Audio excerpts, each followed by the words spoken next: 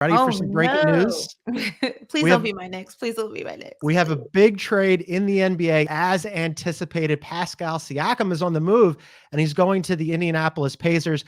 Looks like the Raptors are going to get Bruce Brown, Jordan Nwora, and 3 first-round picks. Wow, Bruce. 3 Wow. first-round picks for Pascal Siakam. Bill, you're our resident NBA reporter, breaking news expert here. That's a solid return. 3 first-round picks, and Indianapolis must be convinced that he's going to want to stick around. Well, I mean, look, I don't know. I mean, yes, that's a big price. Siakam has told everybody who will listen he's not sticking around. And this is no disrespect to that particular city, but it's not exactly a magnet for NBA talent. I do know that the Pacers have told people, and there's a sense that they think they have a window this year. Obviously, Halliburton is a big part of that. He got hurt. The injury's not as bad as we thought it was. And so that's an important part of that equation. They think there's a window. They don't respect your Sixers apparently as much as everybody else. They don't see as many threats that are out there. We'll see. I don't know that, and I don't know, right? We're on the air live, and I'm texting people right now from that organization and other ones.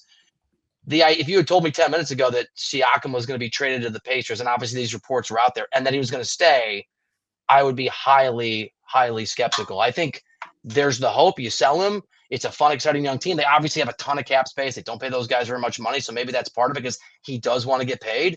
It also creates, I think, right now in Halliburton's bag, it creates, I think there's if he gels quickly enough, they think there's a legitimate window now in Indy to get this done.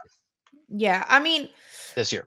I don't know. Halliburton, Siakam, and Miles Turner, to me, that's not a big 3, and that's no disrespect. I think that term is used a little bit loosely. I know it's kind of like a popular phrase. That's not what I would call a big 3. But listen, I don't know if that asking price is worth what the return will be. And I say that because I don't believe this is a championship team. I do think second round exit, maybe round after that. And again, that would be an improvement for a team that was the 11th seed last season. So it would be a drastic improvement at that. But is it worth the asking price, especially if you think your window is right now? I'd be curious to ask exactly what window they think that is. You're not getting through a Boston.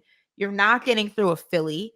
You're not getting through a Miami if they, play well enough. I don't know. Ashley, we're back into Milwaukee. We're back into wouldn't surprise me if territory. Let's go. Okay, let's go through. You guys have Milwaukee ranked like 80th. Let me take Miami out of the mix. You think this team beats a Boston in a 7-game series? No.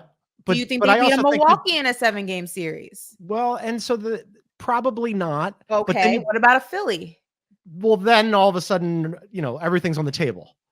Okay, so I just gave you 3. I gave you the top 3 teams in the Eastern Conference that at some point they would have to run through. If you're not beating them, exactly what is it that you think your window is for? Well, I mean, look, it's incremental, right? I mean, progress isn't always completely linear, but so far for the Pacers this season, they have, I think, surprised a lot of people. I mean, even without Pascal Siakam, you look at where they are right now, they're 23-17. They are not firmly, but just outside the play-in bubble. They're only a game out of having a home court playoff series in the first round. And I don't know what the fit it will be. I'm kind of with you, Ashley, and I'm not sure it qualifies as a big 3. I think the fit with Miles Turner could be potentially a little bit wonky, but I also thought that with Minnesota having Cat and Gobert on the floor at the same time, and it still is. They figure you also don't need a big 3. I mean, you don't need a big 3 to win anymore. Yeah. You need a big 2. I don't think you do either. I'm just saying 3 first rounders is a hefty price if you're not winning a championship. And I would just be curious. Or he stays.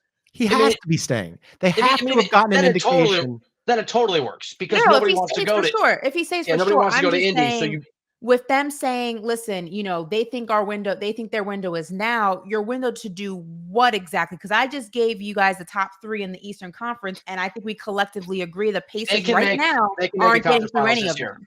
If everything goes well, they can make a conference finals. The Raptors shouldn't have won however many years ago that was.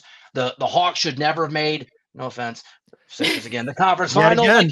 Things happen, guys get hurt, and if you're an organization, and I got to go because I got to go to this breaking news, but if you're an organization that's in this kind of market and you think you have the slightest bit of daylight, you got to push your way through.